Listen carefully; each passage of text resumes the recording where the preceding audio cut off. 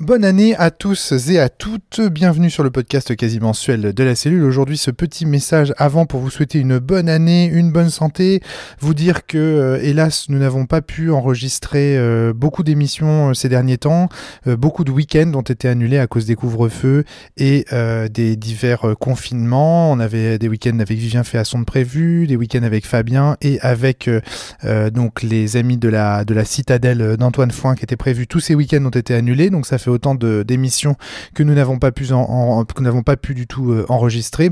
Donc je vous prie de nous excuser pour le manque de variété dans les podcasts que vous entendez en ce moment. Vous entendez un peu toujours les mêmes voix car ces podcasts ont été enregistrés comme des podcasts de réserve au cours des week-ends qui ont précédé le confinement en compagnie d'Adrien, de Valentin, d'Antoine, de Fabien, de Céline, de Natacha, de Flavie, donc de toutes les personnes que vous avez pu entendre depuis le début de cette saison.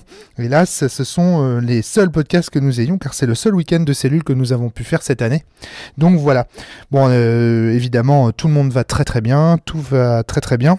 À part ça, donc la cellule se poursuit tout à fait normalement, c'est juste que nous n'avons pas pu enregistrer de podcast ces derniers temps, ce qui explique le fait que ce soit toujours un peu les mêmes invités au cours de cette saison quasi mensuelle.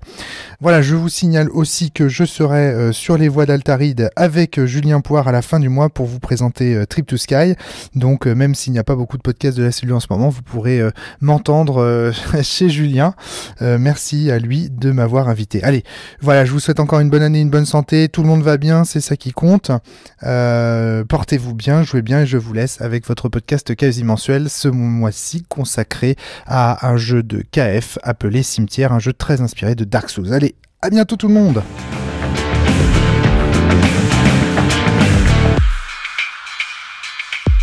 Bonjour à tous et bienvenue sur le podcast quasi mensuel de la cellule. Aujourd'hui avec Adrien Cahuzac. Adrien, bonjour. Bonjour. Nous sommes avec Antoine Morgan tout à l'heure. Avec Valentin T. Très Hello. heureux de vous retrouver pour ce podcast qui sera consacré à... J'attendais ce que mon crayon explose t'as raté en plein ton vol jet de... de crayon. Exactement. À ce jeu qui s'appelle Cimetière, un jeu de KF. KF qui, on le rappelle, est l'un des théoriciens du jeu en performance avec Notamment, Eugénie Bidet, ouais, tout à fait. notamment. Du jeu symboliste on avait aussi. eu l'occasion d'en parler avec vous, avec vous, chers auditeurs, à l'occasion de ce podcast sur le jeu en performance. Et aujourd'hui, c'est l'un de ces jeux qu'on va tester, un jeu qui s'appelle Cimetière. Son nouveau gros projet, effectivement. Donc, c'est un jeu en développement. Donc là, c'était un playtest. Là, on a fait 2 parties. Donc, c'est un playtest. Voilà, c'est ça. Donc vraiment, c'est... En général, le playtest, on le fait avec son auteur, Valentin. Pourquoi ? T'as une dérogation Ouais, en fait, la dérogation que j'ai eue, c'est que je suis je playtest le jeu avec Félix, donc KF, en campagne. Très bien. Et donc, je suis à 8 parties là avec KF. Et donc, j'ai compris comment le jeu fonctionne à force d'y jouer avec elle. Et du coup, j'avais envie de faire découvrir le jeu, malgré son état playtest, dans le sens où je collabore pas mal avec KF pour développer le jeu. C'est-à-dire qu'on discute beaucoup de design, de comment faire en sorte que le jeu fasse ce qu'on a envie qu'il fasse. Et donc, je suis aussi là pour chercher des retours que je transmettrai à KF éventuellement à travers ce podcast. Elle est OK pour le podcast. Tout à fait, oui. Il n'y a aucun problème. C'est vraiment l'état, bien sûr. Ça peut changer, ça peut être amené à évoluer. C'est aussi pour ça qu'on est là pour en discuter. Moi, ce qui se passe, c'est que je kiffe comme un cochon ma compagne avec KF. C'est vraiment super. Donc, j'avais envie aussi d'essayer de comprendre pourquoi je kiffe autant et qu'est-ce qui me plaît dans le jeu et d'en discuter un petit peu avec vous. Cimetière. Alors, Cimetière est un nom de code, ça devrait changer. Mais pour l'instant, c'est ça le patronyme. C'est Stephen King d'entrée de jeu ou ce type d'univers en tout cas un peu fantastique. Et l'idée, c'est que c'est en fait une des nombreuses itérations de KF pour essayer d'adapter le jeu vidéo Dark Souls, donc qui est un jeu vidéo qui a 3 volumes là pour l'instant. 3 opus. Donc moi, j'ai joué un tout petit peu à Dark Souls très récemment. Donc quand j'ai joué à Cimetière, donc cette adaptation, je connaissais pas du tout Dark Souls. J'y ai joué depuis au jeu vidéo parce que ça m'a chauffé. Donc KF a fait beaucoup d'essais pour adapter Dark Souls, parce que KF adore ce jeu vidéo. Et il y a eu des itérations avec plein de sous-systèmes, adapter du Polaris pour faire du Dark Souls, adapter la clé des nuages, qui est son précédent jeu. Oui, pour faire du Dark Souls. Dire ça aussi, tout à fait, ouais. La clé des nuages était effectivement. Et donc, KF a accumulé une expertise de l'adaptation de Dark Souls en jeu de rôle, quoi, quasiment. C'est-à-dire qu'elle est elle travaille cette question de l'adaptation de ce jeu vidéo depuis pas mal de temps. Qu'est-ce qu'elle cherche à adapter exactement ? Est-ce qu'il cherche à adapter la dimension punitive du jeu ? Est-ce qu'il cherche à adapter la dimension ambiance de Dark Souls, extrêmement sombre ? Parce que dans ce jeu, il y a beaucoup de choses, tu vois, et tout à fait, vouloir chercher à émuler beaucoup de choses différentes. En fait, je pense que ça, c'est toute une réflexion aussi que KF amène autour de la notion même d'adaptation d'une œuvre. Et je trouve ça vraiment très intéressant que ce soit fait comme ça avec un matériau très identifié. Tu vois, c'est pas, je veux pas adapter un genre. Là, c'est vraiment une œuvre bien identifiée. Et en fait, l'idée, c'est vraiment de se dire, bon, il y a plusieurs angles pour adapter un objet, donc là, un jeu vidéo. Et à chaque fois, il va falloir faire des choix particuliers qui vont non seulement, alors dans une première étape, sélectionner certains éléments du jeu qu'on va effectivement pouvoir appliquer dans le jeu, donc par exemple une esthétique, par exemple un certain gameplay, pas tous, donc on les choisit, mais c'est insuffisant. En plus de ça, il faut réintroduire de la créativité, c'est-à-dire qu'il faut combler les vides, et donc il faut rajouter des choses qui ne sont pas du tout dans le matériau d'origine, qui permettent effectivement que ce soit un bon jeu de rôle, et pas juste une pâle copie du jeu vidéo. Très bien. Donc voilà, dans Dark Souls, dans Cimetière, pardon, ce qui a été adapté. Juste un petit point, j'aurais passé la parole à Adrien et à Antoine pour qu'ils nous parlent de Dark Souls, parce que on a des fans autour de la table. Toi, Adrien, t'es un joueur. Je voudrais quand même qu'on parle de Dark Souls parce qu'on part comme une évidence que c'est connu. Non, t'as raison, c'est bien vu. Il faut quand même expliquer. Alors, qu'est-ce que c'est que Dark Souls, Adrien ? Alors, j'ai pas les dates sous les yeux. Dark Souls, c'est un jeu qui a commencé sur Play par un opus qui s'appelle Demon's Souls, qui a été suivi ensuite de Dark Souls 1, 2, 3, qui sont plus ou moins dans le même univers. Je connais pas Demon's Souls, donc je peux pas vraiment en parler, mais il y a des ennemis qu'on retrouve, il y a des scènes qu'on retrouve, donc je pense qu'il y a un univers aussi qui se retrouve.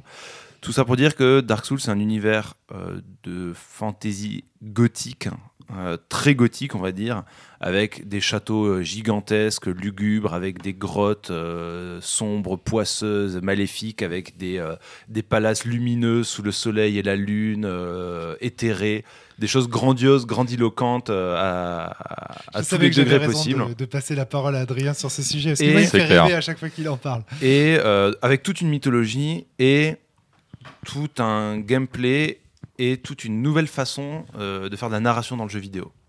Enfin, plus ou moins nouvelle, on pourrait en Antoine, parler. n'hésite pas à prendre la parole aussi, parce que je sais que t'es... Oui, t'inquiète pas, de toute façon, je reviendrai pour donner des contrastes. C'est des jeux qu'on peut aborder de plein de manières différentes, et il y a plein de choses qu'on peut en dire. Ça serait pas mal qu'on fasse du coup une liste des aspects différents pour qu'on puisse après voir qu'est-ce qui est pertinent, qu'est-ce qui est un objectif d'adaptation ou pas dans ces Exactement. Donc dans Dark Souls, si on reste un tout petit peu sur l'univers, c'est un univers où un jour le feu primordial est apparu. Et il a été porté par quatre divinités qui s'en sont servis pour créer la vie, etc. Alors je vais faire mon chieur, mais le point important c'est que avant ça il y a les dragons. Oui, il y avait un monde préétabli auparavant. Le feu n'est pas la création du monde, c'est le passage d'un monde dominé par les dragons gris, intemporel, ou d'immortalité, à un monde où le feu et l'obscurité existent, où la vie et la mort existent, et où les dragons qui étaient les divinités dominantes ont été destitués par les quatre nouveaux dieux. En fait, il y a un côté un peu... Moi, je le vois vachement comme un côté guerre de l'Olympe, les titans qui renversent... Il y a des moi, ça me fait penser à ça, en tout cas. Il y a un truc quand même très pertinent aussi, je pense, par rapport à cette mythologie, c'est que j'ai l'impression qu'on va se friter contre ces entités-là, en fait, dans Dark Souls. C'est une mythologie qui est mise en jeu, quoi. C'est une mythologie qui est là tout de suite, en fait. Elle est mythologique, mais elle est toujours actuelle, en fait. C'est-à-dire que c'est des divinités, donc elles sont toujours là, ou leurs reflets sont là. Mais en fait, ce qu'on va affronter, c'est pas les divinités, c'est leurs reliquats. Parce que c'est un univers dans lequel le temps est ravageur. C'est-à-dire qu'en fait, le temps passe tout le temps, on sait pas quand est-ce qu'on est, par rapport à quoi. On sait que des choses ont eu lieu, on ne sait pas il y a combien de temps. Il y en a certaines où, quand on tisse un peu les liens, on peut avoir une idée de Ça, c'est plus proche que ça qui est très loin, mais dans tous les cas, tout est tellement loin que la plupart des gens ont oublié. Il n'y a que des vestiges, que des traces très ténues de tout ça. Et donc, dans Dark Souls, on joue un humain qui est frappé d'une malédiction, qui le rend immortel, mais de plus en plus mort-vivant, et auquel on annonce qu'il sera capable de réallumer la flamme. Et en gros, on a un monde qui est très cyclique, où le feu s'allume, un monde de gloire, de puissants se met en place avec des châteaux, des seigneurs, de la magie, des conflits de pouvoir, du commerce, tout ce qui peut aller avec, tout ce qui va avec la vie, on va dire, dans cet univers grandiloquent. Et puis le feu doucement s'éteint. Et chaque Dark Souls, c'est l'occasion pour un héros de venir reprendre la flamme, la rallumer. Et s'il ne le fait pas, que le monde tombe dans les ténèbres à nouveau. C'est génial. Et donc dans Dark Souls, on joue ça. D'un point de vue, on va dire, fiction. D'un point de vue gameplay, c'est un jeu d'action à la 3e personne. Façon roguelike un peu. Non. Un petit peu. On peut y voir des similitudes avec le roguelike, dans le sens où on va mourir régulièrement et avec certaines ressources qu'on peut accumuler en jouant bien, on peut progresser. Sauf que comparativement à un roguelike, on ne revient pas au début du jeu, on revient à certains checkpoints. Donc c'est du roguelike par niveau, on va dire. Et les ressources ne font moins progresser que dans certains roguelikes. C'est vraiment player skill avant character skill. Oui, c'est vrai que ça, c'est un truc qui est surprenant parce qu'il y a un gros côté RPG avec création de personnages, lui attribuer des caractéristiques, dire je vais jouer un mage, un voleur, un guerrier, enfin voilà, des trucs de cet ordre-là. Mais par rapport à beaucoup de jeux, concrètement, l'échelle chiffrée entre le personnage débutant et le personnage tout à la fin de la partie, il est beaucoup plus fort, mais par rapport à beaucoup de jeux de ce genre-là, la différence est assez faible. Les points de vie vont être multipliés peut-être par 2, mais pas par 100 comme dans plein de jeux. Les dégâts que tu fais vont être multipliés peut-être par 3, mais les échelles sont pas du tout des échelles de puissance. Je vois tout à fait ce que tu veux dire. Il y a des gens qui font le jeu niveau 1. Ce qui va compter vraiment, c'est le skill du player et pas le skill du caractère. C'est ce que disait du personnage. C'est ce que disait. Donc Adrien. on a une ambiance, on a un gameplay, on a la mythologie derrière. Il y a l'aspect narration qui est aussi très important dans Dark Souls, qui est un jeu qui pour moi hérite un petit peu de Half-Life dans le sens où la narration, il n'y a pas de pavé de texte qui apparaît.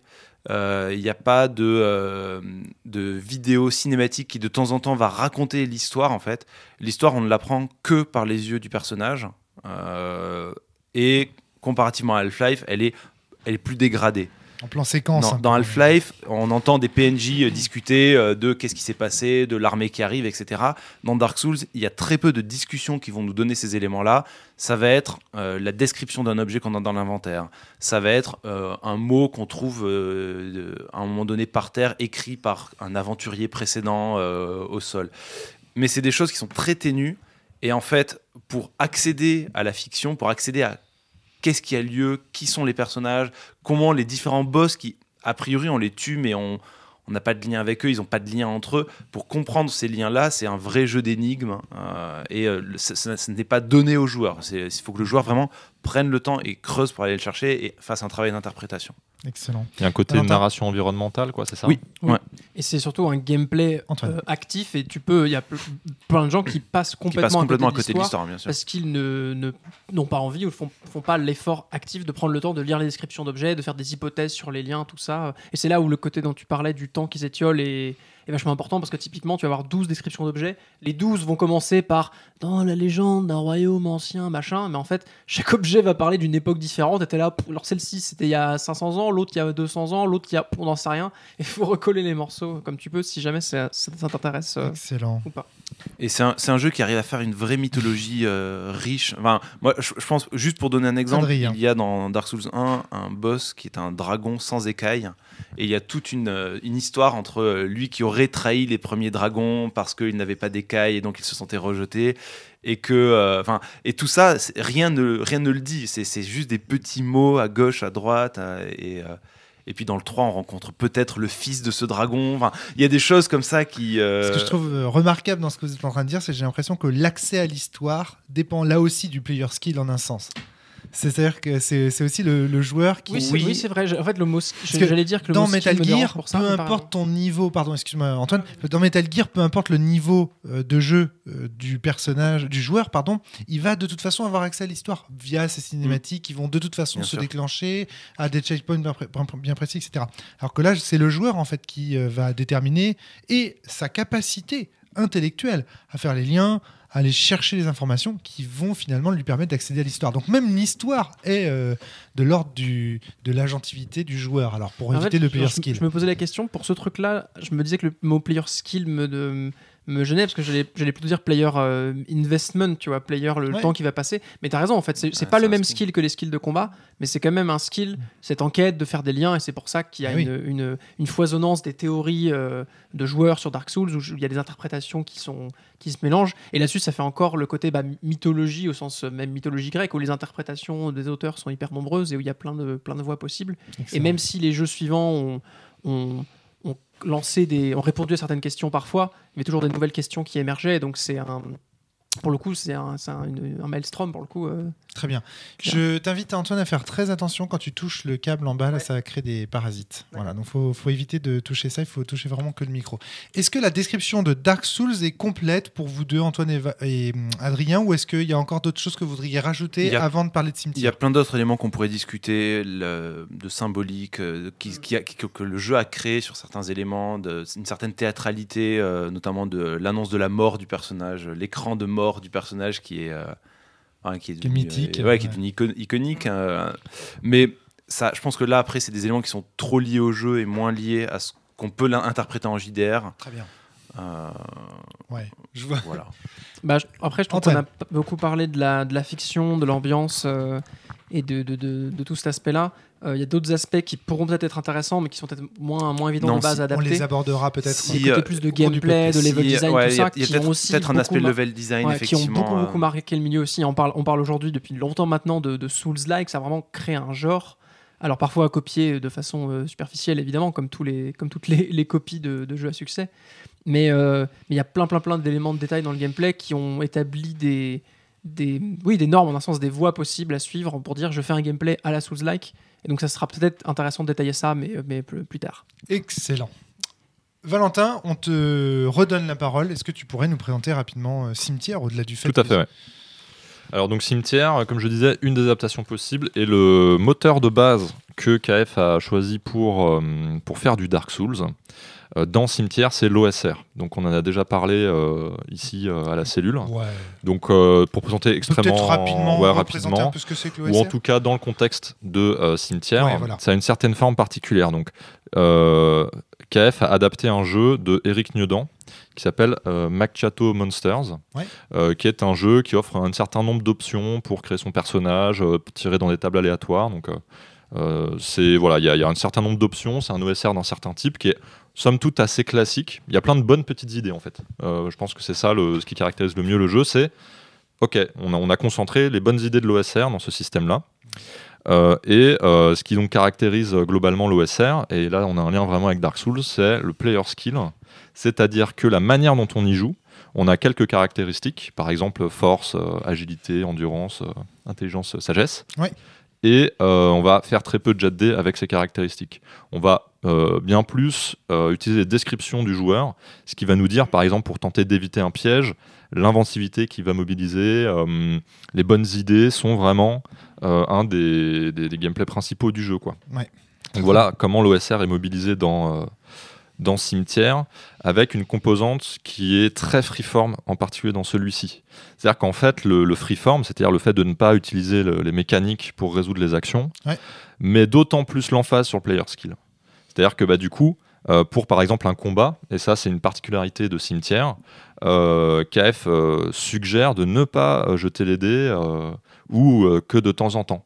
C'est-à-dire qu'on va faire une description précise de comment est-ce qu'on essaye de, par exemple, esquiver un monstre en disant je fais 2 pas de côté, puis j'essaie de le transpercer, voilà, c'est ça. Et si pour le meneur de jeu c'est logique, cohérent, eh bien on ne jette pas les dés et on continue. Ça passe. Mais si jamais c'était une très mauvaise idée, il n'y a pas de jet d'esquive où il y en a un si jamais, peut-être qu'il y a une ambiguïté. Mais par exemple, dans la partie qu'on a faite avec avec Adrien. Il me dit, donc il arrive dans une pièce, je lui dis, tu vois pas le plafond, elle est immense, elle se perd dans les ténèbres. Et il me disait, je regarde à droite, à gauche, je regarde les fissures et tout. Et en fait, la mort venait d'en haut. Et donc, je lui ai pas fait de jet de dés, ou peut-être que si. Il a dit à droite à gauche, Non, il non, a pas non, regardé non, au-dessus. j'ai pas eu de jet de dés, non. Pas eu de jet de dés, ouais. Il a Donc, dit à droite à gauche, mais pas au-dessus. Quoi. exactement. Et donc, son personnage est mort comme ça, c'est-à-dire il n'y a pas eu de. Voilà, c'est un peu radical comme Souvenez-vous, manière de faire. Quand vous dites je cherche à droite, à gauche, au-dessus, en bas, n'oubliez pas de Ouais. préciser. Là, c'était pertinent puisque la menace venait des ténèbres en haut, quoi. En haut, d'accord, très bien. C'est pour donner un exemple du type d'OSR qu'est Cimetière. Très bien. Donc ça, c'est un petit peu le contexte général du jeu. Alors pour aller un tout petit peu plus dans les détails, donc on va créer d'abord un personnage en tirant un certain nombre de choses aléatoirement. Donc il y a les caractéristiques. Alors ce qui est intéressant, c'est que donc là, je parle tout de suite d'un concept qui est très important, qui est le flow design, qui est un concept théorique proposé par KF. Et qu'il mobilise dans Cimetière et que j'ai mobilisé quand j'ai fait le playtest avec Adrien. Donc l'idée c'est de dire que Rappelle-moi le flow. Flow Design, F-L-O-W design. Donc l'idée c'est de dire que en fait Flow un des design. grands plaisirs qu'on a en jeu de rôle, c'est de pouvoir adapter un matériau. Et ça c'est aussi une philosophie OSR d'adapter en fonction de nos envies un matériel de jeu particulier. Donc l'idée de KF, c'est de dire, je vous propose un jeu avec des règles complètes, fonctionnelles, qui marchent bien, il n'y a pas de problème. Mais si vous voulez l'adapter, transformer des choses, je vous dis aussi comment faire. C'est-à-dire alors c'est pas se dédouaner sur les meneurs de jeu, c'est pas donner un jeu incomplet et dire aux gens, débrouillez-vous. C'est beaucoup plus donner un jeu complet, dire aussi, à ces endroits-là, moi j'ai fait des choix parce que ça me faisait kiffer de faire comme ça, mais je vous donne d'autres options. Et je vous explique un peu la philosophie du jeu pour que vous puissiez vous-même crafter votre propre cimetière. Donc par exemple, pour les caractéristiques, moi j'aime pas force, agilité, je trouve qu'il y a trop de caractéristiques, donc je me suis dit, moi j'aime bien l'ambiance un peu livre dont vous êtes le héros. Donc j'ai dit qu'il y avait habilité, vigueur et volonté. Donc c'est une adaptation, donc ça mange pas de pain, mais en tout cas j'ai transformé le jeu ici, et en conscience, puisqu'on va bien expliquer quels sont les enjeux de ce genre de modification. Oui, tu voudrais pas qu'on confonde le flow design avec la règle d'or, c'est ça que tu es Exactement, en train de me dire voilà. en filigrane là. Donc la règle d'or, c'est pas le plus important, c'est de s'amuser. Enfin, ça c'est la règle d'or, Oui. on pourrait dire. Le flow design, c'est donner les outils et une conscience de la manière dont on peut modifier le jeu Voilà. pour qu'il s'adapte à J'ai envie de dire, ce qu'on a envie, quoi. on dit voici l'esprit des règles, modifiez-les en ayant toujours à l'idée. Enfin, vous pouvez les modifier parce si qu'en vous fait, pensez que vous respecterez mieux l'esprit en prenant. Et aussi, il y a un vrai plaisir à la modification d'un jeu. C'est-à-dire que adapter le jeu à ses joueurs, c'est un plaisir en soi. Et donc il y a un côté, on peut prendre un livre, le lire et y jouer et prendre plaisir à y jouer, tel qu'il a été pensé, écrit, etc. On peut aussi prendre un livre, se dire « Ah, ça pourrait être génial si, en fait, on changeait tel et tel point ». Donc typiquement pour les fans de Dark Souls, des gens qui se disent « Ah, Cimetière, c'est génial ». Mais ça insiste pas assez sur ce côté-là. Moi, j'aimerais bien aller un peu plus dans cette... en fait, on est les ressources pour adapter le jeu à ce qu'on a envie, notre pratique. Donc c'est aussi cette philosophie-là qu'il y a dans le jeu. Donc finalement, les règles, il y en a beaucoup, elles sont assez détaillées, mais elles sont flexibles et s'adaptent aux envies des gens qui y jouent. Donc voilà le principe général en fait de Cimetière. Un truc important qu'on n'a pas dit sur Cimetière, c'est que c'est un jeu qui se joue à deux. Un meneur, un joueur, ouais. Alors donc là, on a deux fans de Dark Souls qui ont joué à Cimetière. Ce qui est intéressant, c'est qu'il y en a un qui a joué avec toi, puis ensuite l'autre a fait jouer à l'autre. Donc voilà, j'ai d'abord mené une partie pour Adrien. Et ensuite, on a un petit peu discuté avec Adrien. Et alors, ce qui était intéressant, c'est que du coup, c'était le cimetière de Adrien qui l'a fait jouer à Antoine. Ouais. Donc d'ailleurs, je ne sais pas du tout ce qui s'est passé pendant votre partie. Et donc, ce sera le moment moment de débriefer. On pourra parler des fictions pour voir un petit peu les différences. Je regarde simplement s'il y a des... Je pose des questions, mais je m'en doute, c'était la même préparation. C'était le même... C'était la même préparation, mais le donjon n'était pas... Enfin, le donjon. On va dire la géographie, les lieux, les événements, c'est pas du tout les mêmes. Ok. Alors, avant de parler peut-être de la fiction, si on pourra en parler après, mais juste quelques points peut-être de contexte. Donc, par rapport à Dark Souls, comment se positionne Cimetière ? Donc, l'idée dans Cimetière, c'est que donc on incarne un personnage qui est un mort-vivant et il a plusieurs caractéristiques. Donc, il est maudit, donc il revient à la vie. Et, je sais pas si on spoilera la manière dont on revient à la vie dans Cimetière, mais ça a une certaine saveur rôliste qui a été une adaptation là ici à ce niveau-là. Donc on est maudit, on revient à la vie, on a une quête pour le feu, c'est-à-dire qu'on veut retrouver la flamme primordiale. Et peut-être qu'on ne sait pas très bien parce qu'en fait on est amnésique en fait aussi. On ne sait pas très bien ce qu'on fait ici et nos souvenirs sont une ressource très importante dans le cimetière. Donc on peut commencer, moi je me rappelle de ma partie quand j'ai commencé cimetière avec KF, c'est tu te retrouves à tel endroit, tu as tel souvenir très vague, la seule chose dont tu te rappelles c'est que tu veux retrouver la flamme primordiale et c'est tout. Et on commence à jouer comme ça, direct.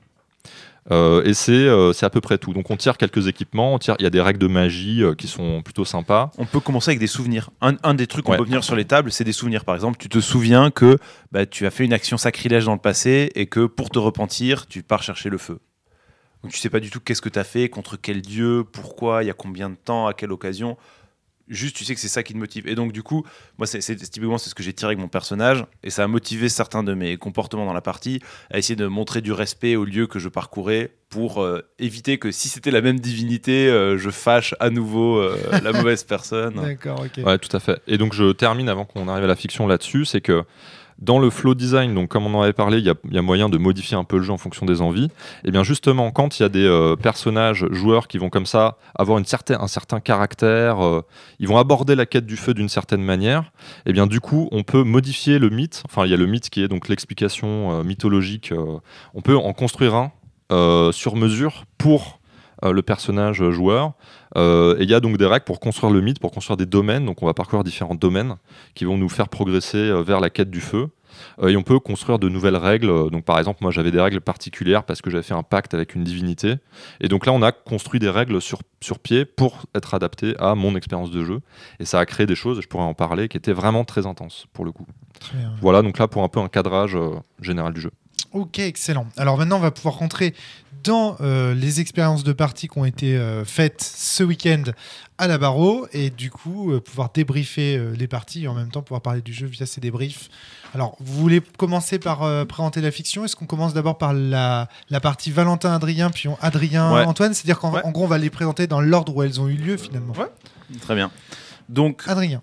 Comme c'était dit, personnage amnésique. Mon personnage avait un seul souvenir, donc avoir juré devant une prêtresse de fer de ne pas.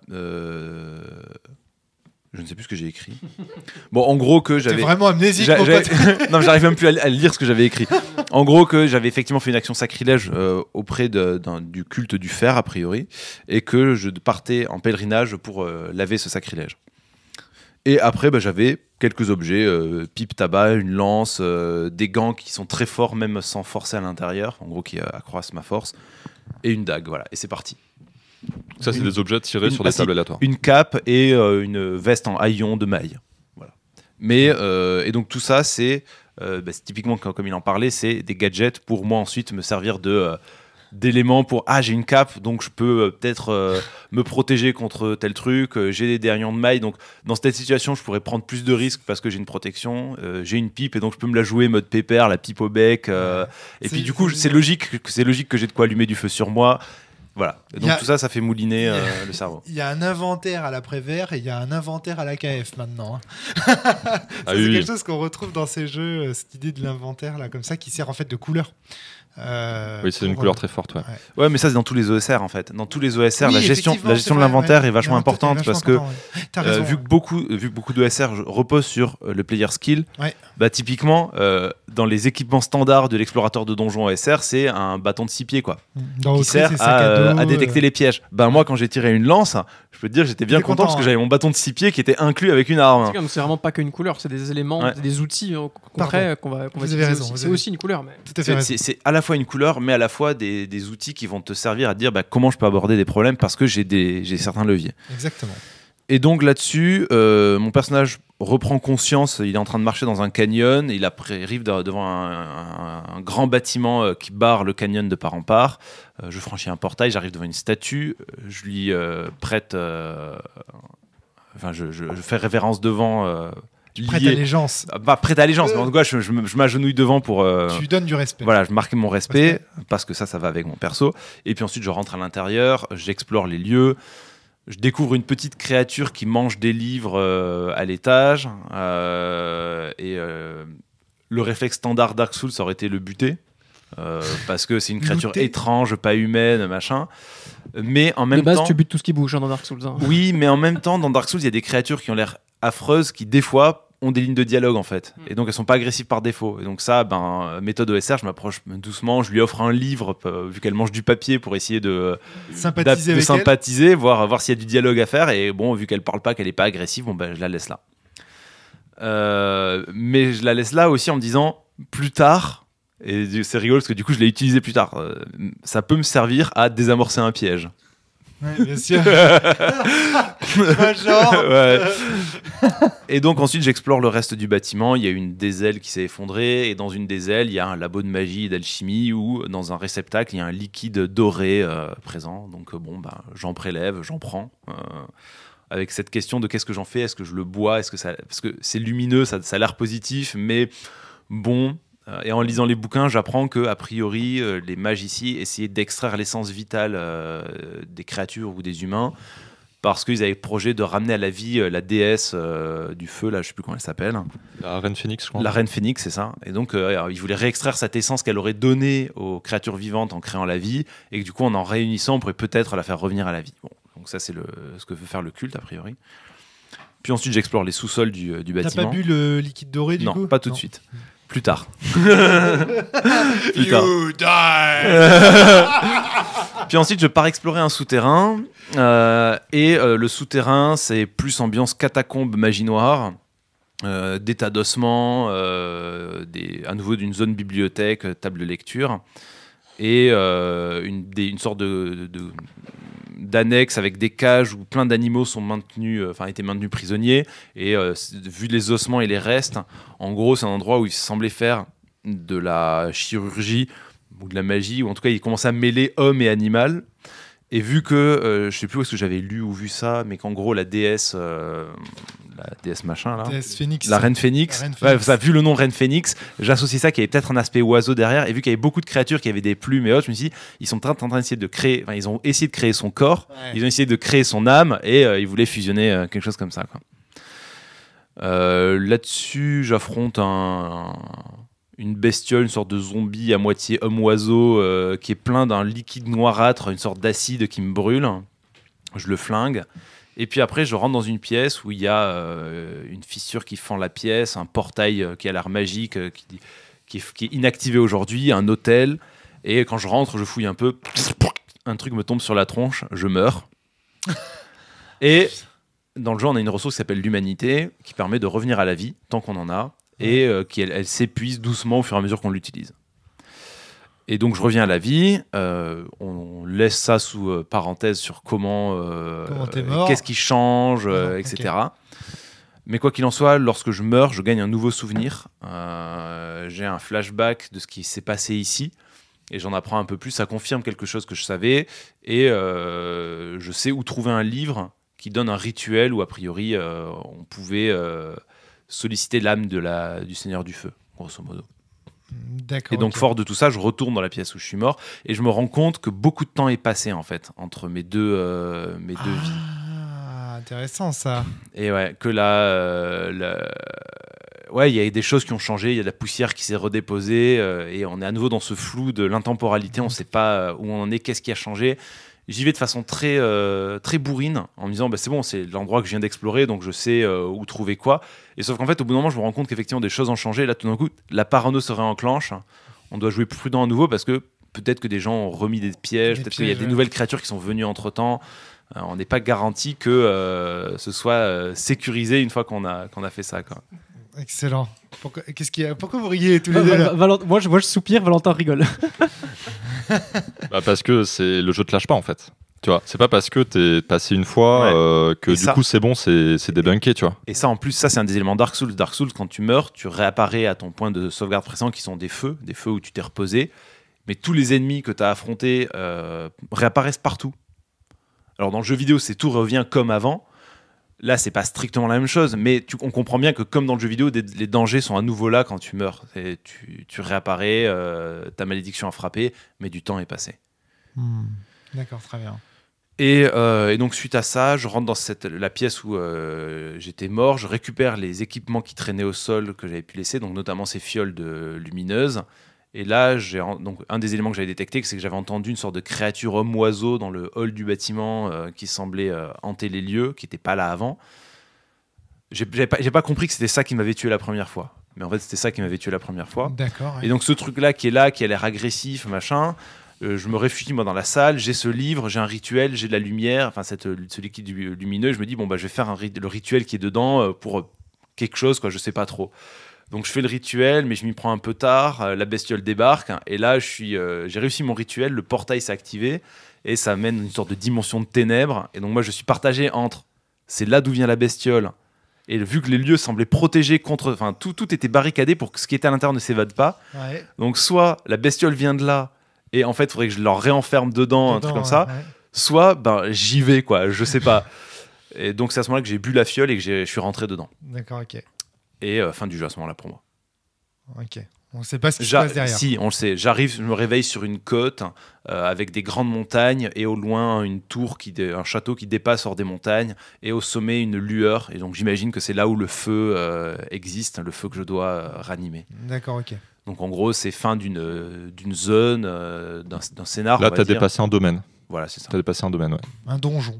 Exactement. Ça peut être un donjon, ça peut être d'autres trucs, mais ouais. Mais c'est un domaine dans le jeu de KF. Ouais, ça s'appelle des domaines, c'est juste une unité géographique. Très bien. Mais ça peut être une très longue plage, ça peut être un domaine par exemple. Très C'est ça. bien. Et donc maintenant, on peut laisser Antoine raconter. Et du coup, je pense qu'on verra avec les nuances et les similitudes qu'est-ce que c'est qui sont les invariants et qu'est-ce que c'est qui ne sont pas les La invariants métaphysique scénario. du jeu. Non, du scénario. Du scénario, pardon, excuse-moi, oui. De la partie.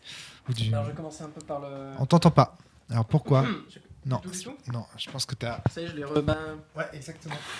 Parce qu'en fait, certains d'entre vous les prennent comme ça et je pense qu'à force, ça Et tire un peu sur le les poids câbles. du câble fait pas le. Non, au contraire. Bah, ça peut, mais quand le câble est mal positionné, ça veut dire que le câble va lâcher hein, dans peu de temps, mais c'est normal pour du Ok. XLR, ça fait toujours C'est la cellule. Alors, commençons donc par le personnage qui a aussi été tiré au hasard à plein de niveaux. J'avais sur moi un casque cabossé, des haillons de maille également. J'avais un souvenir qui était, moi, plus des histoires au coin du feu, des souvenirs de légendes, de trucs qui m'avaient été racontés, enfant ou pas. Sur l'apparition du premier feu à cimetière, il y avait cette idée dans les légendes dont je me souvenais que le feu en lui-même avait, à son apparition, planté les graines de sa propre fin, qu'il y avait que la nature même du feu supposait sa propre fin en lui-même, un truc un peu symbolique comme ça, mais D'accord. voilà. J'avais un charme pour l'après-vie, qui est toujours tiède. Je ne sais pas exactement ce que c'est, à quoi ça sert, mais j'avais un charme pour l'après-vie. C'est comme ça que ça D'accord. s'appelle. Tous ces objets, ils existent dans la base de données de KF. Bien sûr, oui, c'est c'est les tables les tables aléatoires, aléatoires. Ouais. tout ça. T'as une table 1 million et tu jettes dessus. Il y en a beaucoup ou pas? Non, mais quand Non, même, non, au-delà de la 12. En baguette. fait, c'est un système de Macchiato Monster, les tables aléatoires comme ça. C'est-à-dire qu'en fait, tu as plusieurs tables. Tu as des tables pour les souvenirs, tu as des tables pour les armes de mêlée, tu as des tables pour des objets divers. Je crois que tu as D'accord, ouais. 7 ou 8 tables différentes. Il y a 8 tables, je crois. Ouais, tu as 8, des tables pour des objets magiques. Et en fait, tu as un certain nombre de dés. Tu as un D4, un D6, un D8, un D10, un D12. Et pour un dé, tu jettes ce dé pour la table que tu veux. Donc par exemple, tu jetais un D4 pour la table des armes de mêlée, et tu auras une arme donc entre 1 et 4, Ouais, donc qui sont des armes nulles. Et si jamais avec ton D12 tu fais 12, qui est le maximum sur une des tables, tu as un objet ultra badass. Ultra badass, Donc ok. par exemple, moi j'avais fait 12 sur la table des armes de mêlée, ce qui a fait que j'avais une épée flamboyante, un truc comme ça, ou je sais plus exactement, mais c'était l'idée. Et donc ça a vraiment ancré mon personnage.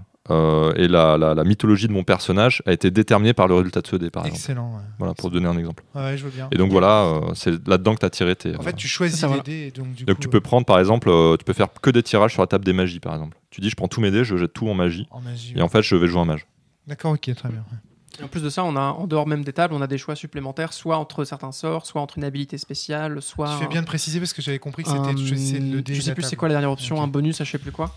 Et moi j'avais choisi comme habilité spéciale d'avoir des griffes rétractiles, quelque chose de naturel dans mes os, assez solide et avec un peu de distance pour, notamment mais pas que, pour pouvoir toujours avoir un truc pour me battre et me défendre même si j'étais désarmé ou voilà. Ok, Et je l'avais pas Wolverine. anticipé du tout, mais alors remarque, c'est peut-être spoiler un peu la nature de la mort.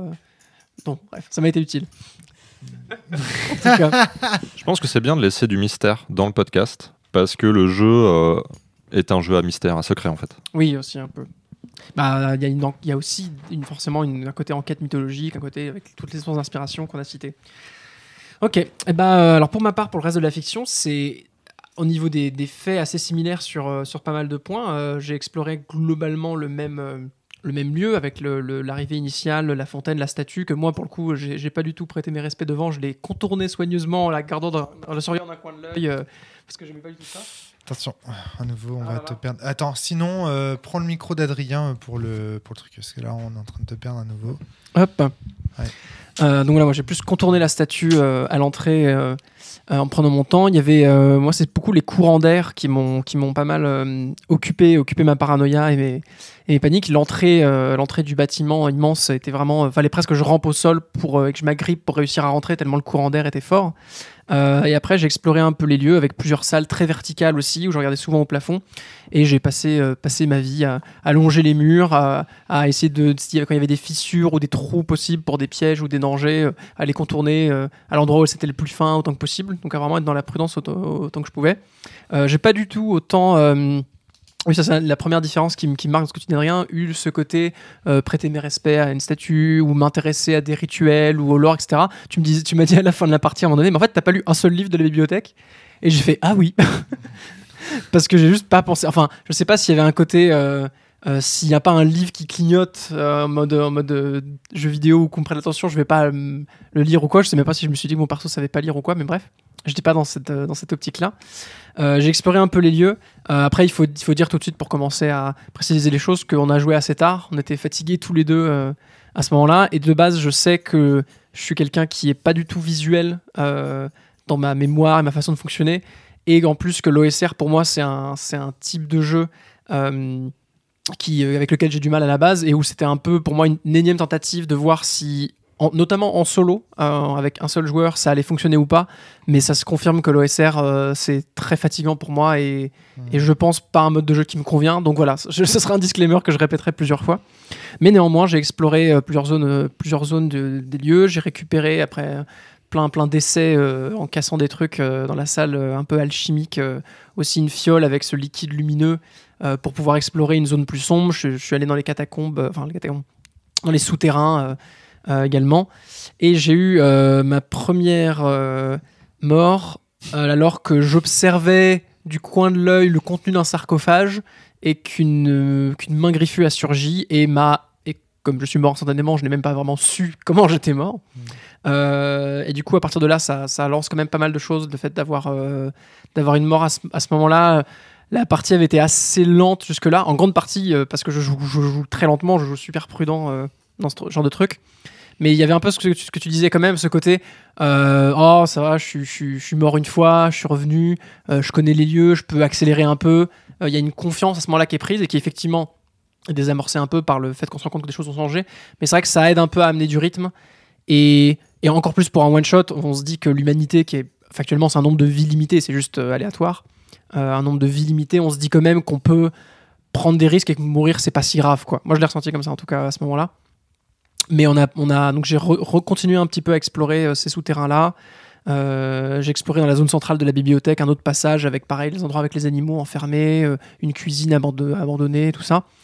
Et puis j'ai essayé de me venger du truc du sarcophage qui m'avait fait la peau. Ça s'est mal passé aussi. Deuxième fois, et pas très longtemps après, on a arrêté la partie avant de vraiment finir ou d'aller à une conclusion comme vous, parce qu'on avait pas mal fait les tours du lieu, qu'on était fatigué, qu'on avait une vue d'ensemble du truc, voilà. Et comme c'était un peu laborieux pour moi aussi. J'ai une question à poser à Adrien, si tu peux lui repasser le micro. C'est quand tu as tué Antoine, toi, tu avais un modus operandi très clair sur comment il fallait faire dans cette pièce. Parce qu'il y a un côté très arbitraire dans ce que nous raconte. Oui, il y a un côté Antoine. très arbitraire. En fait, c'est le même arbitraire de Valentin. C'est qu'en gros, moi, je savais qu'est-ce qu'il y avait dans le sarcophage. Et Antoine s'est rapproché du sarcophage en mode très naïf. Je vais voir ce qu'il y a dans le sarcophage, en fait. Et la manière dont il le formulait, c'était pas je jette un caillou dedans, je mets mon épée pour faire reflet, voir ce qu'il y a à l'intérieur. En gros, il a marqué aucune forme de prudence dans ce qu'il m'a dit. Et alors, je l'ai pas tué d'un coup. Il s'est pris une attaque qui réussissait et vu qu'il avait déjà pris des dégâts, les dégâts que je lui ai fait l'ont tué. Mais bon, j'ai jeté un D6, j'ai fait 6, il lui restait 5 points de vie. Bon, bah voilà, il est mort. Pas de quoi. bol. Ouais, ok. Pas de détails en plus, t'es mort, mec. Ok. Ouais, voilà. Très très bien. Bon, là, t'es satisfait de la description de la fiction, Antoine, c'est bon ou pas? Est-ce que ça marche ça? Oui, bah, je Ça retente. marche bien, Il ça marche bien, Bon, bah, ouais, on va ça voir. marche, ouais. Oh, tu sais, les XLR, c'est mystérieux. Hein. Tu peux pas... C'est des faux contacts, en fait, donc Accélère. pour l'instant, ça marche bien. Donc, ça va? C'est bon? Fini? Fin de Oui, la oui, description de la fiction? comme ça ressemblait pas mal dans Alors, la base. Et que, on va pouvoir ouais. parler un petit peu de votre ressenti. Antoine, toi, tu as pu dire donc, que de toute façon, l'OSR, c'était pas quelque chose qui... Bah, ça se confirme. Hein. J'ai vraiment du mal à m'investir beaucoup. Là, j'ai vraiment essayé de tenir longtemps, de faire des efforts et tout. Et heureusement qu'il y a eu, je disais un peu, cette relance de la mort qui a amené plus de choses au final qu'elle amenait de frustration. Et c'est vrai que dans les 20 minutes avant cette première mort, j'avais commencé à me poser la question de proposer d'arrêter la partie éventuellement. Et ça a relancé beaucoup de choses ensuite, mais c'est vrai qu'au final... Ouais. Donc voilà, mais je pense aussi, un peu comme je l'avais dit aussi dans le podcast sur Explorateur des Bruines, il y a beaucoup de choses dans Cimetière qui m'ont intéressé, dont je vais essayer de parler. Mais à partir du moment où le gameplay central, c'est l'OSR, c'est un choix qui s'assume, mais s'il y a des gens à qui l'OSR convient complètement, et moi je pourrais passer un temps fou à critiquer ce qui convient pas là-dedans, mais ça n'a pas forcément d'intérêt que je le fasse. Je le ferai un peu si c'est intéressant de comparer avec Dark Souls, tout ça, mais je vais pas non plus épiloguer sur pourquoi ça me... Ouais, ok. Bon. Mais par contre, ça m'intéresse beaucoup d'essayer de comprendre pourquoi Valentin surkiffe, quoi. Vraiment. Ok, Adrien. Alors moi, mon point de vue là-dessus est un peu ambivalent. C'est-à-dire que j'aime beaucoup l'OSR pour le côté player skill. Mais pour moi, un des éléments qui fait que l'OSR tient, en fait, là où j'aime jouer à de l'OSR, c'est quand les parties sont préparées et que j'arrive à comprendre ou à démêler quels étaient les secrets du lieu à travers les éléments qui me sont donnés. Là, dans le jeu tel que c'est précisé, il n'y a pas de carte du donjon. Il y a beaucoup d'éléments qui sont suggérés, les invariants sont très faibles en fait dans les préparations. Et c'est au MJ entre guillemets de prendre sur lui, de créer un lieu derrière ça, de créer des éléments, des objets importants. En procédural, si j'ose dire. Ouais, voilà, c'est ça. On a c'est le la flow couleur, design, finalement. on a la couleur du Ah non, lieu non, c'est avec pas le le nom de 2-3 créatures, avec quel type de pièce il y a présent. Mais alors après, c'est peut-être aussi comme ça que tu me l'as précisé, Valentin. Mais Valentin m'a dit, tu peux enlever des choses, rajouter ta sauce. Donc c'est ce que j'ai fait. Hein. Mais en fait, moi en tant que MJ, ça m'a créé la frustration de devoir faire un gros boulot en fait avant la partie, puis pendant la partie en fait pour réfléchir à ce que je lui présentais, que ce soit cohérent, lui donner des récompenses à chaque fois. En discutant avant, je t'avais dit ah ouais, moi je vais essayer de mettre plus d'objets pour qu'il y ait plus d'éléments de pouvoir, etc. Et en fait, sauf que sur le coup, j'avais à penser à tellement de choses avec les descriptions, l'organisation géographique des lieux. Attends, qu'est-ce que tu fais? Qu'est-ce qui pourrait mal se passer? Qu'en fait, j'ai pas fait ça. Ce que j'avais dit que je ferais. Et donc, du coup, il s'est retrouvé dans la même posture que moi j'avais. C'est-à-dire qu'il avait peu d'éléments sur lesquels il pensait pouvoir agir. Il avait exploré quasiment toutes les salles. Il lui manquait une salle, qui était la salle où il y avait la fin, en fait. Mais du coup, très vite, le joueur se sent sans moyen d'agir. Et je pense que tu vois, sur cette préparation-là, si j'avais une carte plus dodue, avec plus d'éléments symboliques, machin, sans forcément que ce soit pour débloquer la porte finale, il faut mettre ça avec ça, et puis combiner, mettre tel code, etc. Mais en tout cas, que le travail était beaucoup plus pré-mâché, moi je me serais plus éclaté, le joueur se serait plus éclaté. Parce qu'en gros, au final, moi j'ai l'impression que ce jeu a les forces et de l'OSR les défauts de l'OSR avec une partie de ses forces seulement, quoi. Là, pour moi, la grosse force de l'ESR, c'est de pouvoir arriver et on joue tout de suite en fait. Et on joue tout de suite parce que si on a du travail, on l'a travaillé à l'avance. Mais le moment de la partie, on peut se concentrer chacun sur ce qu'on a à faire, quoi. Et moi là-dessus, le jeu, il a un pied qui est dedans et un pied qui est à côté, quoi, qui m'a laissé moi un peu dans le vide. Et ce ressenti que j'avais en tant que MJ dans la partie, je l'ai aussi eu un peu en tant que joueur. C'est que quand tu me dis j'ai interprété, j'ai ajusté, j'ai rajouté ça, etc. En fait, le truc, c'est que à quel moment, tu vois, moi en tant que joueur, j'aime bien arriver à une vérité, tu vois, la vérité du lieu, parce que je comprends que ce truc, tu vas le créer au fur et à mesure. Mais si je sais que dès maintenant tu ne sais pas qu'est-ce qu'il y a derrière, pour moi ça rend ce que j'ai vécu là plus un peu plus plan-plan en fait. Ouais, je crois que c'est lié aussi à je crois que KF en fait joue plus avec des préparations plus claires, tu vois, plus détaillées.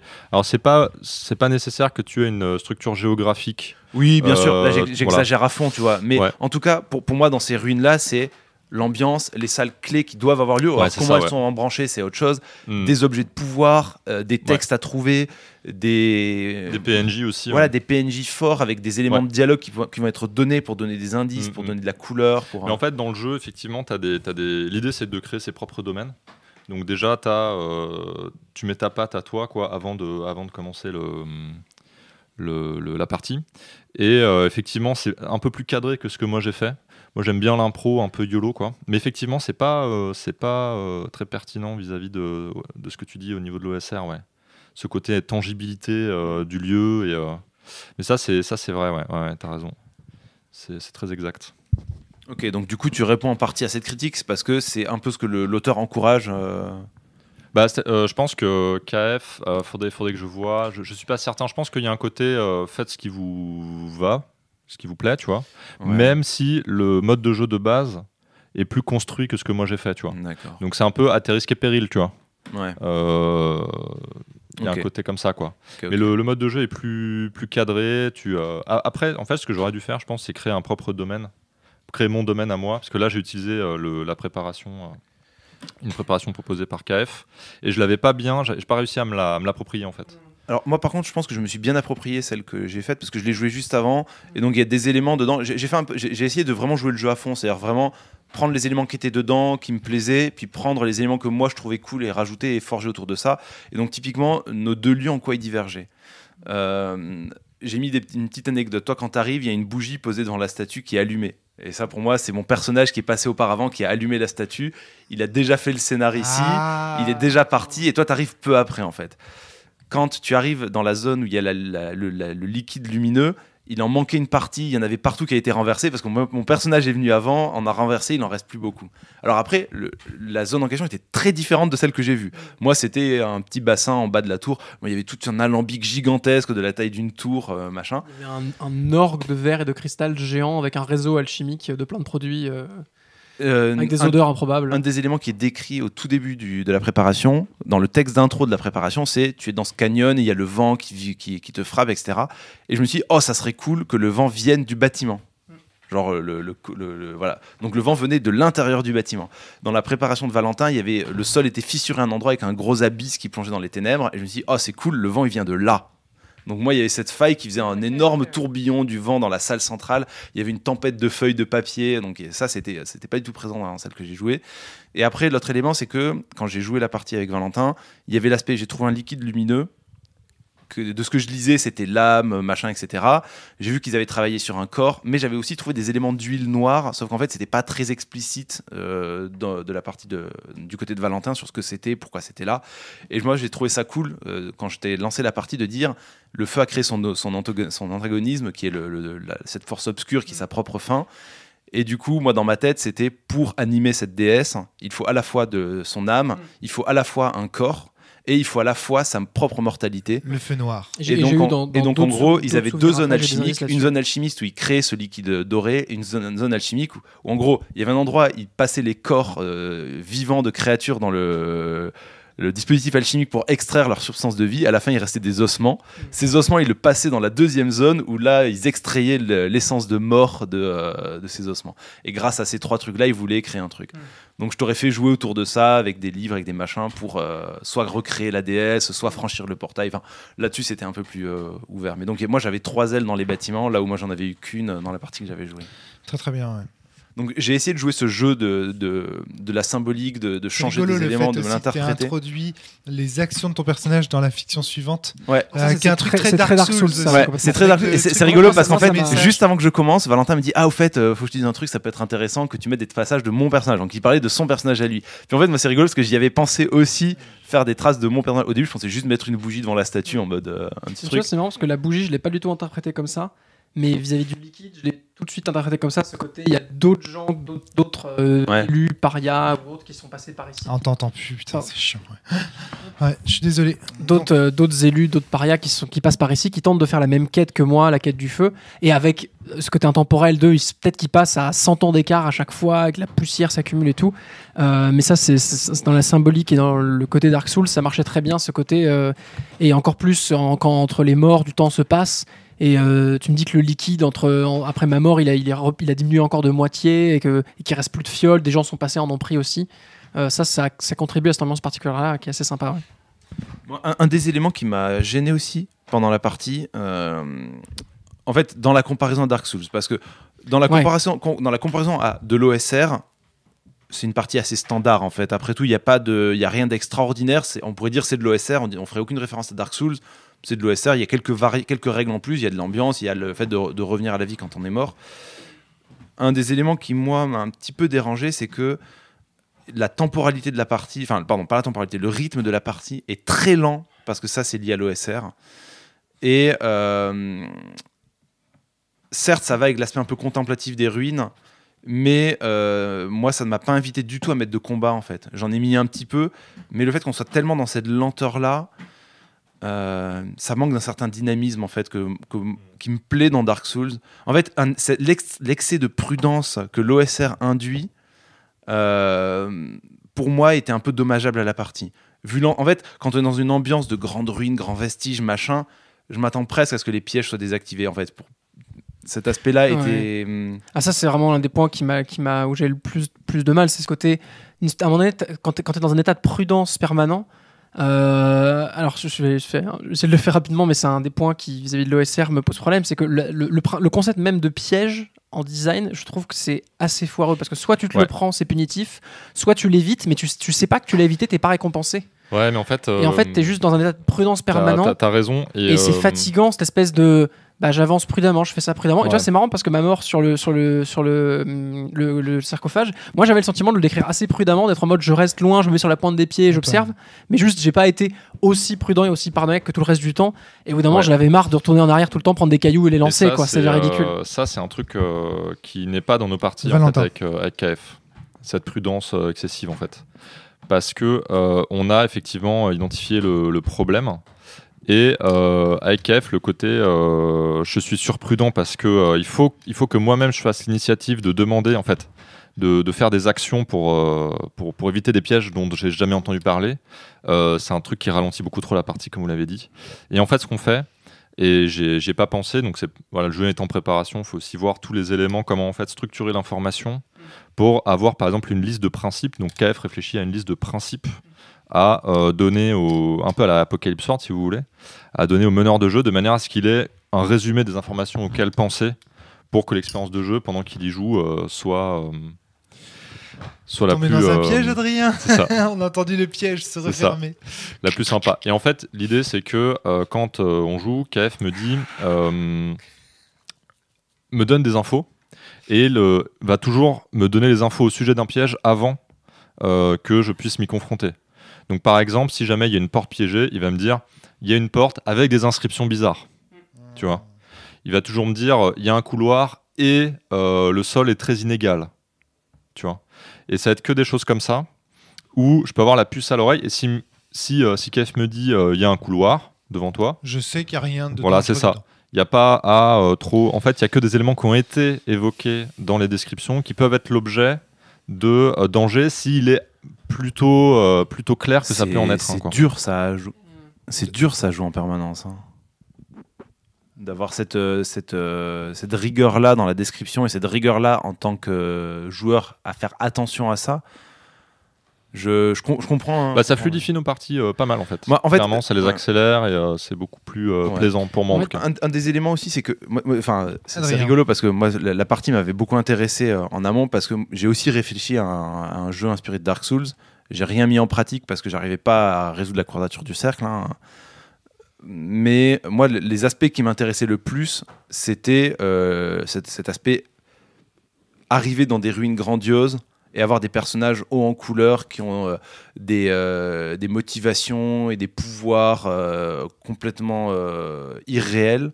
Moi, c'était ça qui m'intéressait. Et l'aspect exploration pièges, petits monstres, ben, c'est pertinent dans le jeu vidéo, c'est pertinent dans l'OSR où tu fais ça, mais j'arrivais pas à imaginer le grandiose et le détail en même temps, en fait. Donc c'est un peu un élément aussi que j'avais en tête qui peut-être m'a fait critiquer aussi le jeu sur ces aspects-là, parce que moi ce que j'attendais de Dark Souls, en fait. Et moi à Antoine. l'inverse, je dirais que dans le jeu vidéo Dark Souls, ça se passe pas du tout comme ça, le gameplay et l'ambiance. Et là, ce que tu dis, par contre, Valentin, c'est une bonne piste, mais je pense qu'il faudrait rendre ça encore plus explicite. Dis-moi si je me trompe de ce que j'ai compris, mais comme tu dis que c'est à la fois un outil pour être plus clair, mais aussi un outil pour ne pas perdre du temps avec un excès de prudence, au final, c'est assez explicite dans ce que te dit KF. C'est un couloir, sous-entendu, il est normal, tu peux y aller rapidement, et c'est un couloir, mais le sol, il est inégal, sous-entendu, il y a un piège. C'est presque assez clair. Il peut y en avoir un, tu vois. Ok. Mais tu vois, typiquement, c'est là où, pour moi, il y a une immense différence dans comment tu vois, moi, je me suis beaucoup dit pendant la partie, factuellement, un Dark Souls, comment c'est fait. Et je pense qu'il y a en tout cas, dans cette OSCRisation de Dark Souls, il y a une image, un peu un fantasme de Dark Souls qui est fait. Dark Souls, c'est pas des pièges cachés. Mais en fait, cette histoire de piège, moi, j'ai pas mis de piège dans le donjon, je crois. C'est-à-dire qu'en fait, je crois que c'est aussi... C'est pas un import de votre culture mais OSR. c'est un import de l'OSR, en fait. Ouais, mais en fait, je crois que c'est un mauvais import. Et je me demande à quel point, il faudrait que j'en discute avec KF, ce serait pas une bonne idée de les virer et d'en faire des pièges totalement obvious. C'est-à-dire, ça, genre, des lames pendues, voilà, tu vois les lames pendues. Et donc, tu dois gérer un problème. Alors, il faut faire attention parce que quoi. dans les pièges, il y a aussi tu tournes un couloir et il y a un monstre dans l'angle qui est quand même vécu comme un piège, en fait, qui participe de l'effort de prudence de je marche précautionneusement, je fais attention à ne pas faire de bruit, machin. S'il y a quelque chose derrière les décombres, où sont cachés les monstres, je regarde à gauche, à droite, au-dessus, en bas. C'est ça, quoi. Mais en fait... tout ça participe, en fait. Parce que dans Dark Souls, le jeu vidéo, les pièges sont cachés. Il y a les premières fois que tu les découvres, il y a des types de dalles au sol qui activent des pièges. En fait, le jeu, c'est un jeu c'est par apprentissage dans Dark Souls que tu meurs. Il te dit pas sois prudent tout le temps. Il te dit prends-toi les pièges la première fois tout le temps. Même et puis, pas, en fait. C'est assez compliqué parce que les ennemis cachés dans le couloir. T'arrives à une jonction tu hantée. peux toujours les tu voir. Regardes à droite, tu vois, c'est la suite du couloir. Tu tournes à gauche et là, t'as le squelette qui est déjà en train de te sauter dessus. Il y a plein de choses très importantes là-dessus, factuellement, sur comment ça fonctionne. Là, tu vois, et vraiment dans ma partie, je comparais factuellement, ce qui peut-être était une erreur, clairement, tu vois, c'est l'adaptation, mais je comparais factuellement à Dark Souls. Les lieux sont vides, je explore, j'ai la fontaine, à l'entrée, la statue et compagnie. Dans un Dark Souls, 11 ennemis sur 12 sont visibles, clairement, ils sont là, ils t'attendent. Il y en a un qui est un peu caché, mais toujours visible, et qui, quand il va te tomber dessus, c'est pas pour te one-shot, mais c'est pour te faire un petit dégât. Ou alors, éventuellement, en vrai, il va pas prendre l'initiative sur toi, juste tu vas être stressé, mais en vrai, le combat se lance sans avantage particulier.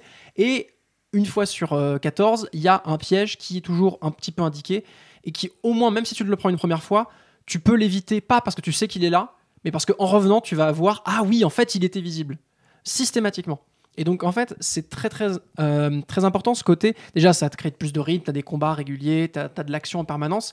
Et effectivement, si on est plus dans quelque chose où les problèmes sont toujours visibles, mais la question, c'est comment je m'y prends, comment je vais faire. Si la prudence, c'est comment je fais pour régler ce problème, mais le problème, je l'ai vu, et pas ce truc permanent de je traîne la patte parce que je sais pas où sont les problèmes et je vais m'en prendre un dans la gueule par surprise, c'est fatigant, quoi.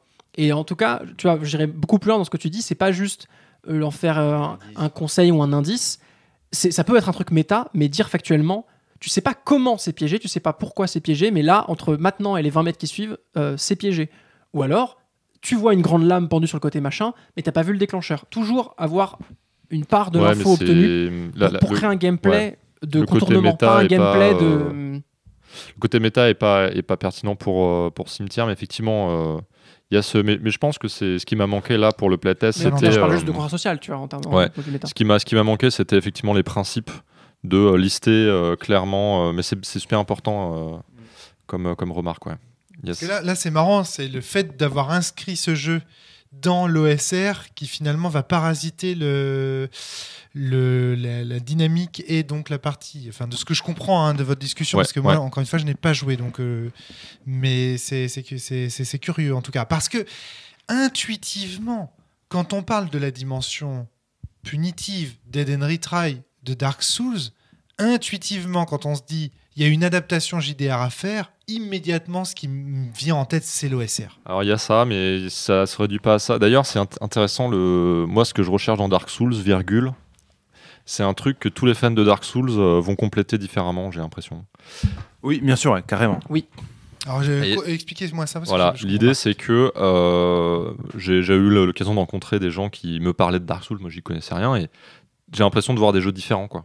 C'est-à-dire des gens qui disent mais moi ce qui me plaît dans Dark Souls c'est le côté exigence, c'est que vraiment t'es pris comme pour un...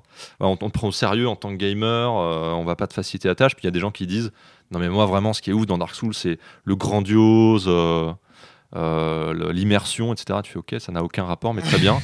et comme ça, et en fait les gens j'ai l'impression qu'ils ont leur expérience, ou alors découvrir le lore comme on dit, la fiction. Et il y a le level design, certains c'est ça, voilà. Ils vont trouver le level design du 1 trop bien, et puis dans le 2 et 3 ils vont être déçus, et puis il y a Même plein dans d'éléments qui interviennent. Même dans la famille challenge, t'as ceux qui vont être en mode je vais relever les challenges tels qu'ils se présentent à moi et prouver ma valeur entre guillemets ou mon skill. Et il y a ceux qui sont en mode non, ce qui est rigolo c'est que le jeu te laisse faire plein de tricks foireux, diminuer la difficulté artificiellement en faisant des trucs, en abusant du level design pour faire contourner. Alors que moi typiquement je suis en mode non, je combats à la loyale et je vais me faire défoncer la gueule en boucle, mais je vais gagner au bout de la 20e tentative à la loyale et je vais kiffer quoi. Ça c'est plus ma... Moi je suis dans Dark Souls, je suis un paladin, tu vois. Oui, je vois ça. Ok, très bien. Donc, quelles étaient les intentions de KF en matière d'émulation de Dark Souls ? Puisque tu as dû parler de Dark Souls avec KF. oui, on a beaucoup parlé, c'est sûr. Qu'est-ce qu'elle te dit sur ce qu'elle pense du jeu ? Est-ce que elle, justement, ce qui lui plaît, c'est la dimension grandiose ? Je crois qu'en fait, pour KF, il y a un côté irréductibilité au jeu de rôle de Dark Souls. C'est-à-dire, Dark Souls, c'est très riche, et je pense que KF est fan de Dark Souls de toute façon, à travers ses différentes dimensions. Mais que pour Cimetière, qui est une certaine adaptation, il y a un cadre, une perspective d'adaptation, avec cette idée, alors dans ce cas-là, de jouer sur le temps long. Donc on va revenir à la vie, donc c'est un jeu plutôt fait pour la campagne, et on va continuer, progresser et découvrir des mystères. Donc il y a un premier élément qui est le côté découverte symbolique, très progressive, avec des hypothèses sur ce qui s'est passé qui sont jamais complètes. On va jamais t'expliquer pleinement ce qui s'est passé. C'est un jeu d'enquête à l'échelle d'une campagne où t'as pas besoin de découvrir le prochain indice pour avancer, mais c'est juste que tu vas découvrir des indices de toute façon puisque tu vas visiter des lieux successivement, et tu vas pouvoir comprendre la mythologie générale de Cimetière. Et donc chaque meneur est invité à inventer sa propre mythologie, à la faire découvrir aux joueurs. Donc moi je découvre la mythologie de cette campagne-là à laquelle j'assiste, en plus du contraste avec les emmerdes ici et maintenant. C'est-à-dire, ok, à un moment donné, je suis pris dans des couloirs, il faut que je sois concentré. Pour moi, il y a une sensation de flow dans Cimetière, parce que je suis concentré, j'essaye de garder en tête les éléments que j'ai eus, les bruits de monstres, la gestion non matérielle, les lieux, les garder en tête, les risques que je peux prendre, et j'avance avec ce contraste. Et à un moment donné, j'arrive dans une pièce immense qui est signifiante en termes de mythe, en termes de mythologie, c'est-à-dire qu'elle n'est pas là pour rien, mais je ne sais pas exactement à quoi elle sert, et je m'imprègne comme ça symboliquement avec un contraste de gameplay, tu vois, entre de l'exploration, de la gestion de ressources et de la découverte le saut de paradigme entre guillemets, voilà, spectaculaire et donc ça c'est en tout cas moi comme ça que je vis la campagne de Cimetière, avec des passages où je reste coincé 3 parties de suite dans un caveau lugubre, et ça avance pas et je galère, et en fait quand j'arrive à dépasser la zone, il y a ce phénomène de satisfaction en fait, qui est redoublé par le fait qu'en plus je découvre quelque chose de nouveau, et ça me fait donc c'est des moments très puissants en fait dans le jeu, cette frustration, et je crois que ça c'est un truc très Dark Soulesque. Antoine valide, ouais. Apparemment. Donc je pense qu'il y a toutes ces ambitions là. Je sais pas si je serais prêt à jouer 3 scénarios dans la même zone, à m'emmerder contre. Tu vois, il y a à galérer pour affronter le truc derrière. Parce qu'en fait, dans le jeu de rôle, 3-4 séances, c'est très long comparativement à je galère dans telle salle de Dark Souls et ça va me prendre peut-être un quart d'heure avant de comprendre comment vaincre les ennemis, puis je vais passer.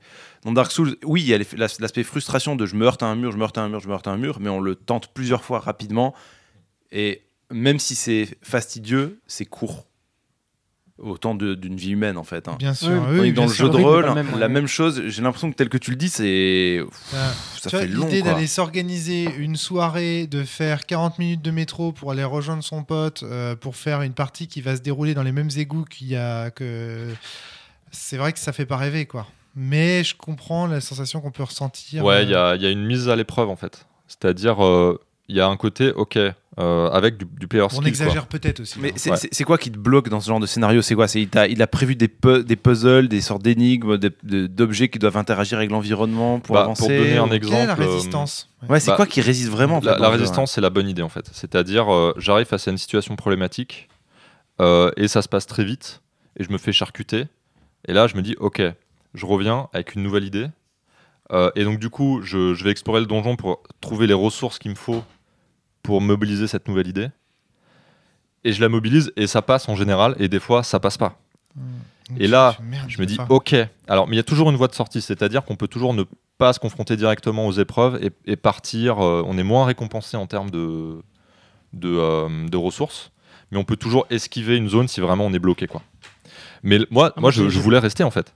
Ok. C'est-à-dire, j'étais là en mode, je vais y arriver je en vais fait. y arriver. Ouais. C'est-à-dire que Je veux y voilà, arriver. typiquement, il y a des zones, j'arrive, le boss, je fais OK. Il y a une des zones, c'est impossible. Juste, j'ai trouvé une voie pour esquiver. Mais il y a un moment donné, je me suis dit, si, je vais y arriver, j'ai une technique, je vais la mettre en place et ça va marcher. En fait, c'est moi qui voulais rester, quoi. J'étais pas en train de me dire, bon, bah, on recommence et tout. Donc j'étais accroché, quoi. J'étais vraiment en mode, non, ça va pas se passer comme ça. On va triompher, quoi. Antoine, Moi, j'ai envie de te demander, c'est vraiment là, genre, je reviens avec mes problèmes à l'OSR, mais comment tu fais pour y croire?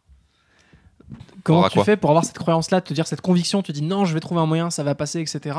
Dans ce que moi je vis comme un gameplay où tes possibilités d'action sont hyper réduites, où justement tu es vachement soumis à la bonne idée ou pas. Et en fait, il y a même des moments donnés où c'est même pas une question de bonne idée ou de mauvaise idée, c'est que moi j'avais le sentiment de pas avoir d'outils, de pas avoir et de me frotter, et au contraire de pas pouvoir esquiver et d'être en mode bon bah je suis obligé de retourner, de me frotter au même mur, ou alors si je fais demi-tour, mais est-ce qu'on va pas avancer? Ouais, si là, dans la préparation, il n'y a pas de voie de sortie dans celle qu'on a jouée, ce qui est un problème en fait. Il faudrait pouvoir avoir plus de richesse pour justement contourner les problèmes. Et après, la bonne idée, c'est des fois, tu n'as pas de bonne idée en fait. Tu sais pas quoi faire, tu sais pas comment avancer, tu fais bah, on va juste contourner le problème. On va juste passer à la suite. même réussir à contourner le problème, c'est un challenge et il faut une idée pour ça. Et c'est ça. Bah là, dans la préparation, c'était, il faut, si tu explores suffisamment, en fait, il y a un certain nombre de prescriptions en termes de contrat social dans le cimetière pour que justement tout ça puisse bien fonctionner en fait. Et c'est effectivement des choses qui, à mon avis, devraient être listées dans le jeu final. Je parlais des principes. Il y a notamment ce principe qu'on applique avec KF qui est si tu explores suffisamment, tu trouveras une voie de sortie. Il y a un côté comme ça, tu vois.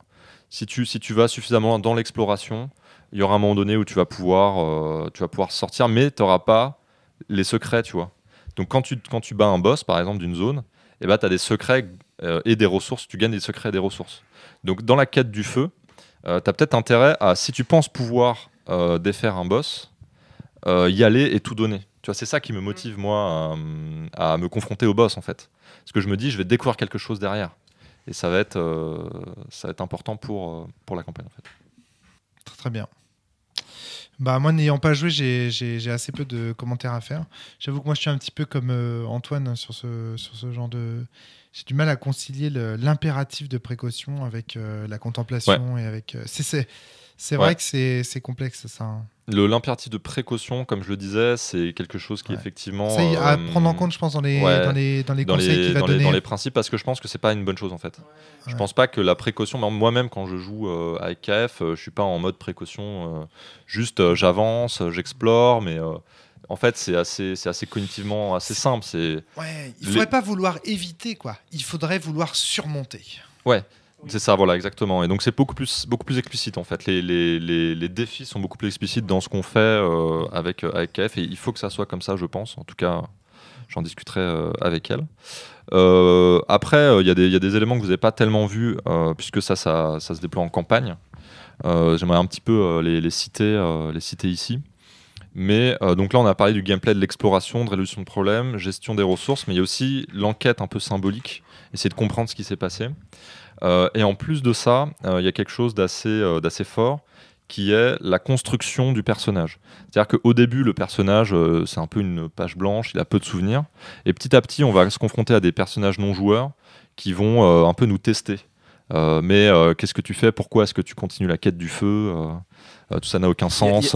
Il y a un aspect quand même très bizarre dans tout ce que tu décris, vu. Alors, je pense qu'il faut qu'on le spoil quand on meurt, comment on revit. C'est quoi tes souvenirs en fait au bout d'un moment? Il y a toute une question autour de ça, ouais. Pour moi, c'était pas clair du tout si c'était vraiment mes souvenirs à moi ou les souvenirs d'autrui, où il y avait des flous comme ça qui sont. Du coup, je vois pas comment tu peux dire qu'un personnage se crée là-dessus. Enfin, en gros, à chaque fois que tu meurs. Ouais, parce on que spoil. je comprends rien. Hein. Chaque fois que tu meurs, perdu, tu reviens à la vie, mais pas dans le corps dans lequel tu étais, dans un autre corps présent sur les lieux. Avec des caracs différentes et peut-être avec des souvenirs différents. Donc tu mais refais tes anciens souvenirs sont toujours là. Non, tu ne ferais pas tes objets. Tes objets sont ceux que possède le corps sur lequel tu ressuscites. Il faut looter ton et tu propre peux aller cadavre. looter ton propre cadavre. Ok. Sauf que souvent, ton propre cadavre, il est à côté d'un truc très dangereux. Donc du coup, le truc très dangereux, tu dois l'affronter à poil. Oui, bien sûr. Oui, donc quand tu repop, t'es à poil et il faut aller looter ton propre cadavre. Typiquement dans ma partie, mon perso mort avec la bestiole qui lui tombe sur la tête, il réapparaît dans 2-3 pièces avant, dans un tas de cadavres, il ressort, il fait oh là là, et il a un souvenir qui est j'ai été élève ici, c'est moi qui ai montré à mon maître comment distiller la lumière, je sais pas quoi, machin, et on m'a poignardé à ce moment-là. Sauf qu'en fait, c'est quoi mon passé à ce personnage-là? Ah bah si, tu peux imaginer quand même que c'est comme dans le Néphilim, c'est-à-dire que le Néphilim, il a sa propre histoire et il sait distinguer ce qui est de l'ordre de ses propres souvenirs des souvenirs qu'il a empruntés au cadavre qu'il a visité. Ouais, peut-être, je sais pas. Alors c'est compliqué. Hein. J'avoue que j'avais posé les mêmes questions à Yann Sully à l'époque où on jouait à Néphilim, mais en gros, c'est ça quoi. Il faut y partir de l'idée que l'identité personnelle de ton personnage, elle est, c'est-à-dire qu'il sait distinguer, voilà, c'est ça, ses souvenirs des souvenirs qu'il a capturés de d'autres créatures. Mais j'avoue, je comprends le problème. Ceci dit, donc il réapparaît, il repop dans un cadavre à proximité, mais à une époque indéterminée par rapport à la mort de l'autre personnage. C'est plus tard. Plus tard. Indéterminé. T'as quelques indices, quoi. Non, d'accord. t'as quelques indices, tu vois. Tout n'a pas changé, t'es pas plusieurs millénaires plus tard, quoi. Très bien. Mais ouais. Très bien. Et donc il y a cette comment dire, ce gameplay à long terme. Ouais. Où petit à petit on va découvrir des choses, on va aussi constituer pourquoi est-ce qu'en fait je recherche le feu, parce que ça c'est un gros enjeu dans Cimetière, c'est ok, peut-être qu'en fait j'ai envie de me venger j'ai envie de détruire le monde, je sais pas, et donc ça se construit au fur et à mesure. Et il y a un phénomène émergent qui est on va être testé sans cesse au niveau de cette quête qui au fond, n'a pas beaucoup de sens. Ouais. Et donc, il y a un effet très fort, en fait, c'est finalement, c'est un jeu, pour moi, un jeu vraiment sur la volonté pure. C'est quelque chose où peut-être que tout ça n'a aucun sens, ou alors peut-être qu'on projette du sens sur ce qu'est le feu, simplement pour pouvoir continuer. Et pour moi, je vois finalement cette campagne comme quelque chose de très méta, dans le sens où, si j'abandonne, la campagne, c'est l'abandon du feu, et la fin du monde en fait. Voilà, c'est ça. Et aussi, il y a un côté, je pourrais aussi me dire, en fait, ça suffit, c'est très bien. J'ai eu ma dose, parce qu'en fait, au fond, c'est une question qui est posée aux joueurs, tu vois. Genre, veux-tu continuer? Et je trouve ça. Entretenir la flamme quelque part, ça veut dire restart, quoi. Ouais. Ça, pour le coup, c'est complètement dans l'esprit de Dark Souls aussi. Il y a beaucoup de sous-entendus dans le fait que les morts-vivants qui ont perdu toute humanité, c'était pour beaucoup aussi des gens qui cherchaient la flamme ou qui suivaient cette quête ou quoi, et qui ont abandonné, qui ont tombé dans le désespoir et qui perdent conscience, perdent d'humanité. Et comme tu peux complètement, comme si leur joueur des joueurs déchus, ça, voilà. des simulacres de joueurs vides. Ça, ouais. Mais dans Dark Souls, il y a ça à fond. Hein. Ouais. Dans Dark Souls, le jeu vidéo, tu peux trouver des messages laissés par d'autres joueurs. L'interaction est juste textuelle. Et ça peut être des aides, ça peut être te mener dans un piège, ça peut être vulgaire. Mais après, à long terme, je vois bien comment ça peut s'accentuer et créer ça, mais ça revient sur le côté page blanche du personnage et tout. Et en tout cas, au début, c'est vachement compliqué. Parce que, alors, j'ai trouvé ça vachement intéressant, ceci dit, de quand même avoir cette idée de chercher une motivation pour le personnage, Antoine, plus riche que choper de la thune dans les donjons. Mais elle est quand même très compliquée à assumer au début. Et moi, dans ma partie, j'étais vraiment en train de me dire souvent... Enfin, il y a ce côté, j'avance, et même sans me prendre de piège, en fait, j'avance prudemment, je regarde. Il y a évidemment ces problèmes de prudence dont on a parlé et qu'il faut clarifier dans les intentions du jeu. Mais il y avait quand même beaucoup de moments où j'étais là, mais j'avance pour trouver une sortie, mais elle est pas claire. Ouais. Je reste là, mais c'était pas de la volonté au sens je vais y arriver machin, parce que comme il y avait pas de plaisir dans le challenge par ailleurs, c'était très compliqué, quoi. Ouais, tout à fait. Ouais. Mais en tout cas, voilà, il y a cette question du. Juste dans la manière dont on Ouais. explore l'univers, Valentin, puis après je te laisse poursuivre. Ça me fait beaucoup penser aussi à la façon dont on parle souvent de Cthulhu autour de cette table. Cthulhu, c'est un jeu dans lequel finalement le personnage n'est qu'un simulacre pour le joueur qui découvre les secrets du mythe de Cthulhu, quoi, finalement. Et donc il va mourir plein de fois, son simulacre va mourir, et le joueur garder quelques souvenirs, quelques connaissances de son personnage, dont il va... Et en fait, finalement, on peut se poser la question, qui est l'investigateur du mythe de Cthulhu ? Est-ce que c'est le joueur qui toujours respawn avec un personnage, ou est-ce que c'est vraiment le personnage, l'investigateur, tu vois ? Et donc ça, je trouve qu'on retrouve quelque chose une parenté en tout cas entre ce jeu et la façon dont on parle de Cthulhu souvent ici. Continue, vas-y. Après, il y a juste donc voilà, donc ce point-là pour moi est c'est un peu la raison pour laquelle je trouve Cimetière extrêmement fort. D'accord. C'est qu'il y a une question existentialiste qui est posée en permanence parce qu'en fait, on est plutôt une page blanche et finalement les souvenirs sont pas si importants que ça pour définir ce qu'est le personnage. C'est la volonté. Exact, la volonté et ce qu'on décide de faire. Ouais, Donc il y a un ensemble de choix dans le jeu qui sont de l'ordre, est-ce que je vais continuer, est-ce que je vais écouter ce qu'on va me dire, m'en foutre. Donc moi, mon personnage est totalement nihiliste et comment dire, voilà, il y a un choix existentiel particulier de je veux retrouver le feu parce qu'il me faut bien un sens, mais ça ou autre chose, qu'importe quelque part. Et il y a vraiment un positionnement au sujet des questions existentielles. Qu'est-ce que mon personnage décide de faire, quoi, ici et maintenant. Et il y a plein d'options, en fait. Adrien. Je repense à ce que tu disais, Antoine, sur la motivation du personnage à rechercher le feu. Moi, j'ai pas eu trop de soucis avec ça parce que, en fait, j'arrive à me projeter dans ce personnage qui, étant amnésique, étant dans des endroits perdus qu'il ne connaît pas, en fait, soit il continue le chemin, soit il reste dans un éternel ici parce qu'il n'a pas d'issue. Pourquoi il ferait demi-tour, en fait ? Et donc, je comprends que ça puisse être pas suffisant pour certaines personnes. Pour moi, ça l'était, en fait. C'était pas... je le voyais tout à fait comme le mort-vivant un peu décérébré qui a son truc en tête et voilà, et il y va. Me l'approprier comme ça, mais... Je peux pas te dire pourquoi. Quand je pense au OSR, je pense Doom-like, moi. C'est-à-dire que je pense, quand j'imagine une partie OSR, j'imagine à travers les yeux du personnage. Là où toute autre partie de jeu de rôle, j'ai souvent tendance à penser en mode jeu impersonnel ou jeu à la troisième personne, c'est-à-dire vue du dessus, où je vois les actions de mon personnage. Je sais pas pourquoi, l'OSR, c'est quelque chose que je me représente en OSR, la perception est primordiale. En FPS, quoi. Ouais. C'est marrant, ça. La question des sens est primordiale, en fait, en OSR. Dans le sens où ce que tu vois, ce que tu ressens. Moi, dans Cimetière, il y a énormément de fois où je dis, mais qu'est-ce que j'entends quelle est l'atmosphère ? Est-ce que l'atmosphère est humide ?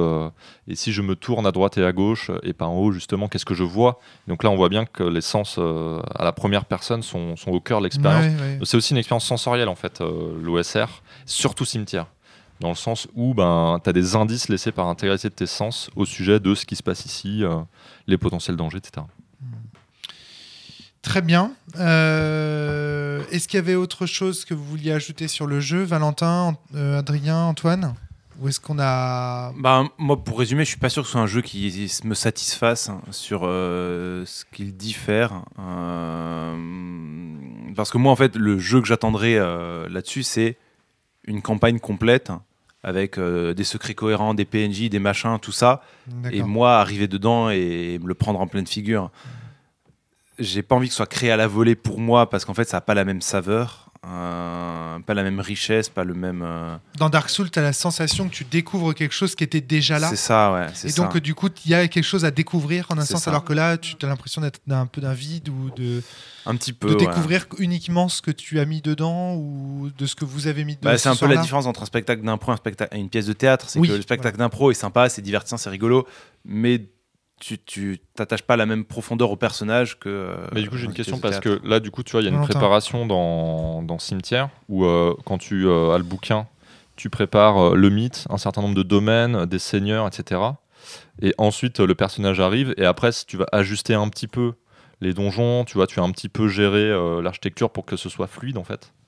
Est-ce que c'est. J'ai pas lu tout ça en fait, donc je sais pas, Ouais. je sais pas à quoi ça ressemble en campagne, je sais pas à quel point cette symbolique. Est-ce qu'il y a une symbolique globale qui est pré-pensée? Alors oui, ça s'appelle le mythe, ouais, tout à fait. Ouais, D'accord. Ok. Ah, peut-être. Alors, je sais pas. ouais Donc là, peut-être pas. c'est Ouais.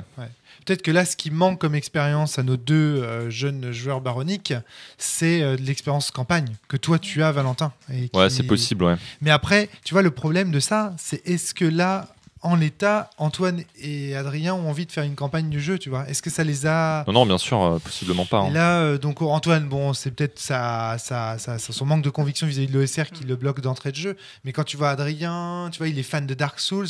Il faudrait quand même que KF réussisse à... Non, en fait, même pas justement, parce que peut-être que ce que KF veut faire de Dark Souls, c'est pas ce que moi je Oui, veux faire de Dark Souls. certainement, mais... Donc, je demande pas non plus que Certainement. KF il plie le jeu à mon Oui, désir, tu vois. Non, c'est pas ce que je veux dire, mais il faudrait au Mais- moins qu'il puisse t'attirer dans ses filets. Non. pas forcément. Moi, j'ai pas de problème avec ça. Dans mais ce cas-là, ça en pose fait, la question faut- de par l'adaptation par du contre, jeu par au contre, jeu de rôle. Par contre, KF entendra ma critique, mon ressenti vis-à-vis du jeu, il pourra se positionner vis-à-vis de ça, à dire est-ce que c'est ce que moi j'aurais voulu faire ou pas, et si c'est pas ce qu'il voulait faire, peut-être que le jeu est bien comme Je ça. pense qu'il y a aussi une question de je pense que c'est assez proche en fait D'accord. de ce que tu proposes, mais il y a un côté comment en fait bien faire ça, l'adapter effectivement, et surtout je crois que c'est une question de transmission. Ouais. J'ai C'est vraiment le possible, sentiment que c'est possible c'est, qu'il y ait un problème de transmission, ouais, le livre à toi, de C'est toi ça. à moi, Parce que- et qu'il n'y a alors pas eu voilà, il y a eu trop d'intermédiaires. En fait, moi, je me base un petit peu sur ce que je perçois de la manière dont KF joue avec moi. Et tous les conseils c'est du playtest, donc tous les Ouais. conseils sont pas du tout écrits, Bien sûr. tout n'est pas totalement Mais fini. il n'empêche que vu Mm. comment il présente son jeu dans les premières pages du livre, les critiques que je te fais, c'est des vraies critiques du jeu, parce que le jeu accepte totalement le fait que le lecteur va adapter, va le faire à sa sauce. Donc là, l'auteur ne peut pas rejeter toute responsabilité là-dessus. Tout à fait. Non. non, pas du tout. Le flow design, c'est ce qu'on disait au départ. Et, Ouais. ouais. Ça, faudrait qu'on en parle peut-être, de voir comment est-ce que tu crées une sensation de flow, parce que toi, tu le dis. Alors, le flow design, attention, c'est pas exactement la même chose. Le flow design, c'est le fait d'adapter à la volée Ok, le alors, jeu excuse-moi. pendant la campagne, de le transformer pour qu'il Oui. corresponde à ce qu'on a envie d'y Oui, faire. sauf que tu m'as dit tout à l'heure, pendant ton débrief de ta campagne, que tu avais une vraie sensation de flow pour le coup. Oui, ce qui n'a rien à voir, mais Ok, très bien, ça n'a rien à voir. Ouais. Ok, voilà. Bon, c'est bien à préciser parce que moi je pensais justement Ouais. que c'était pensé pour obtenir ce genre de sensation. non, Vu la non. façon dont tu l'avais décrit. Ok, très bien. Donc là, entendu. Mais ok, je pense que tout ça, je pense qu'il y a beaucoup une question de clarification de méthode de jeu. Ouais. Je pense que moi, je referai des playtests après avoir eu justement de la part de KF une grille un peu plus claire sur les principes de jeu, en fait. Comment jouer en pratique, qu'est-ce qu'il faut dire, comment construire le contrat social aussi. C'est des choses que nous, on a fait avec KF, mais à l'échelle d'une campagne, donc on a eu le temps d'oublier en fait les règles mêmes qu'on s'était données, enfin d'oublier le fait qu'on les avait explicitées.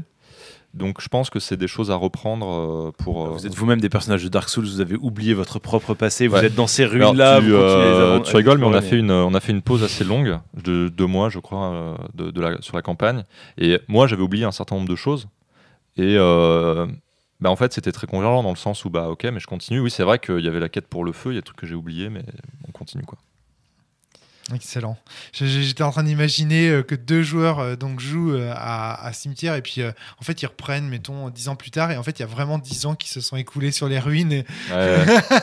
Oui, comme ce dans serait- Metal Gear Solid 3 où tu peux tuer un boss comme ça juste en arrêtant de jouer pendant une certaine période et il meurt de vieillesse. Ouais. C'est Je C'est pense que super. tu vois des trucs que tu peux faire dans Cimetière, je trouve que c'est assez poétique aussi. Tu peux dire par exemple, je reste assis ici pendant un siècle.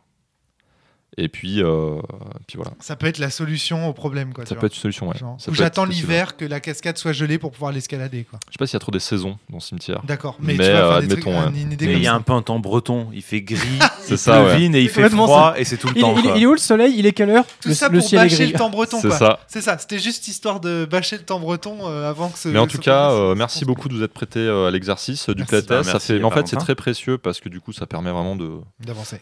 d'avancer puis de calibrer la rédaction. Voilà. Et Eh bien, puis, très bien. Merci merci, Valentin, Romain. merci Adrien, merci Antoine. Salut, salut. À très bientôt tout le monde. Bye bye. Portez-vous bien.